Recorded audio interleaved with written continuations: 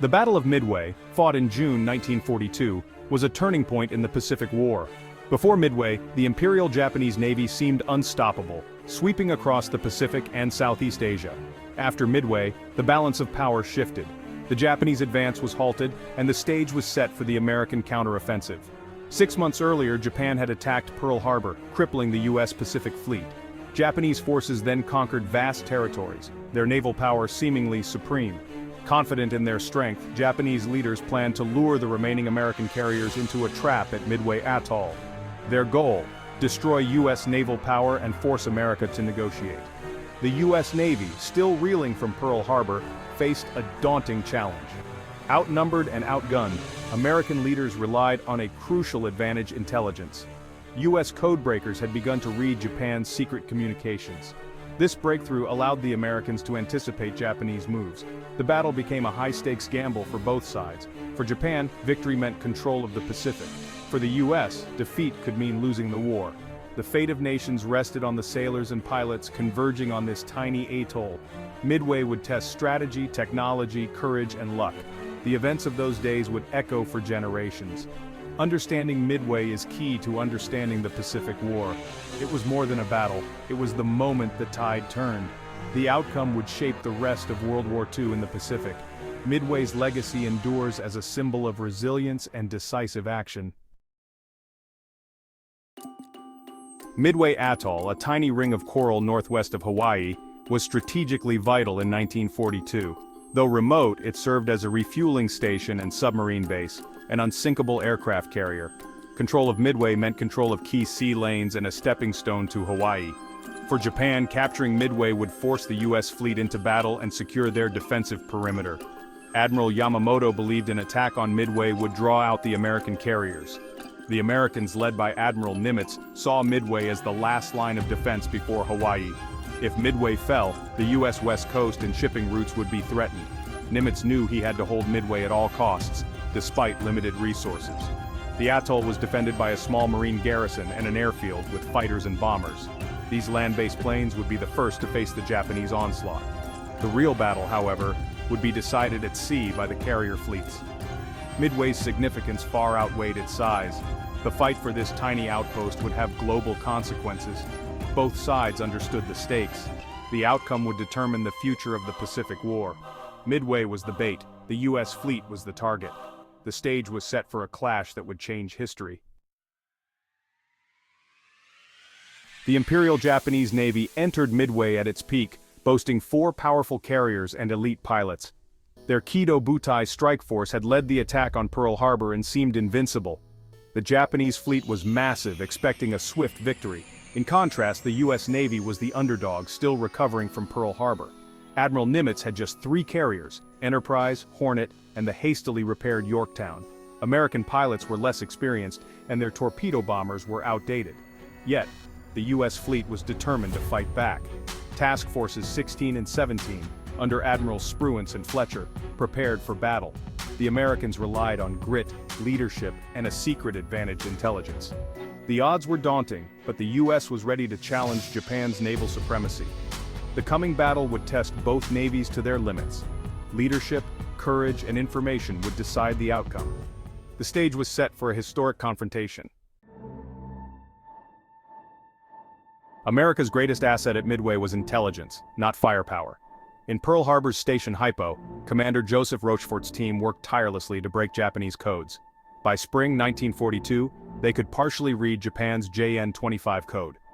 They intercepted messages about a major operation targeting AF, which Rochefort suspected was Midway. To confirm, they had Midway send an unencrypted message about a water shortage. Soon after, Japanese communications referenced AF lacking fresh water, proof the target was Midway. This breakthrough gave Admiral Nimitz the confidence to set an ambush. Knowing the Japanese plan, the U.S. positioned its carriers for a surprise attack. Without this intelligence, the U.S. would have been outmaneuvered. Rochefort's codebreakers turned a desperate defense into a calculated counterstrike. The Japanese, unaware their plan was compromised, sailed into the trap. Intelligence shifted the balance before a single shot was fired. The fate of the battle, and the war, rested on information. The U.S. Navy was ready, waiting for the enemy to arrive. The power of code breaking would soon be revealed in battle. Midway became a triumph of brains over brawn. The stage was set for a decisive clash. The Battle of Midway was fought by aircraft carriers and the planes they launched.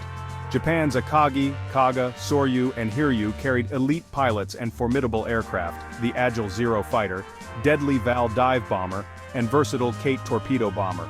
The U.S. carriers, Enterprise, Hornet, and Yorktown, fielded rugged Wildcats, accurate Dauntless dive bombers, and vulnerable Devastator torpedo planes. American pilots developed tactics to counter the superior Zeros, relying on teamwork and resilience. On the Japanese side, Admiral Yamamoto commanded from afar, while Vice Admiral Nagumo led the carriers with caution. On the American side, Admiral Nimitz made bold decisions based on intelligence. Rear Admirals Fletcher and Spruance commanded at sea. Spruance's calm leadership would prove crucial. The battle was a contest of technology, tactics, and personalities. The fate of fleets rested on the decisions of a few men. Planes, ships, and commanders became chess pieces in a high-stakes game. The coming fight would test every aspect of naval warfare. The Americans' ability to adapt would be key. The Japanese relied on experience and firepower. Both sides prepared for a battle that would decide the Pacific's future. The carriers and their crews were ready for the ultimate test. The clash at Midway would be unlike any before. On June 4, 1942, the battle began as Japanese planes attacked Midway Atoll at dawn. Marine fighters scrambled to defend, but were outmatched by Zeros and suffered heavy losses. Japanese bombers damaged the airfield but failed to destroy it. Meanwhile, Midway's bombers launched desperate attacks on the Japanese fleet but scored no hits and suffered severe losses. The Japanese, confident, began preparing a second strike on the island, but American attacks forced them to delay and rearm their planes. This delay proved critical. As Japanese crews rearmed aircraft, a scout plane finally reported sighting American ships. Nagumo now faced a dilemma: strike Midway again or attack the U.S. fleet. The Japanese carriers were caught in a vulnerable moment. The American trap was about to spring. The fate of the battle hung in the balance. The next moves would decide everything. Nagumo hesitated, rearming his planes for a naval strike as chaos reigned on the carrier decks. Meanwhile, American torpedo squadrons attacked first, bravely, but were wiped out with no hits. Their sacrifice drew Japanese fighters down low, leaving the carriers exposed above. At that moment, U.S. Dauntless dive bombers arrived overhead. Led by instinct and luck, they found the Japanese fleet at its most vulnerable. In 5 minutes, 3 carriers, Akagi, Kaga, and Soryu, were set ablaze by accurate bombing. The Japanese fleet was crippled in an instant. The tide of the battle turned dramatically. Courage, timing, and chance combined for a stunning reversal. The war in the Pacific changed course in those few minutes. Midway's outcome was sealed by skill and fate. The battle wasn't over. One Japanese carrier, Hiryu, remained. Hiryu launched counterattacks, striking and crippling the USS Yorktown. For a moment, Japan seemed poised to retaliate, but American bombers soon found Hiryu and set her ablaze. With all 4 Japanese carriers lost, Yamamoto ordered retreat. The Japanese lost over 250 aircraft, more than 3,000 men, and their best pilots. Their naval air power was shattered and would never recover. The U.S. lost the Yorktown and a destroyer, with about 300 men killed. But America's industrial might could replace these losses. Japan's could not. The trade won U.S. carrier for 4 Japanese. The scale of the victory was staggering. The Japanese offensive was broken. The U.S. Navy had seized the initiative. Midway was a crushing defeat for Japan, and a turning point for the Allies. The Pacific War would never be the same. Midway was the turning point of the Pacific War. Japan lost its offensive power and the myth of invincibility. The U.S. seized the initiative and began pushing westward. The victory boosted American morale and proved Japan could be beaten. For Japan, the defeat was devastating and kept secret from the public. The hope for a quick, decisive war was gone. Strategically, Midway secured Hawaii and stabilized the Pacific front. America gained time to unleash its industrial strength. The balance of power shifted decisively. Midway's victory was built on intelligence, courage, and luck. The codebreakers, the doomed torpedo squadrons, and the dive bombers all played vital roles. The U.S. could now launch its island-hopping campaign, starting with Guadalcanal.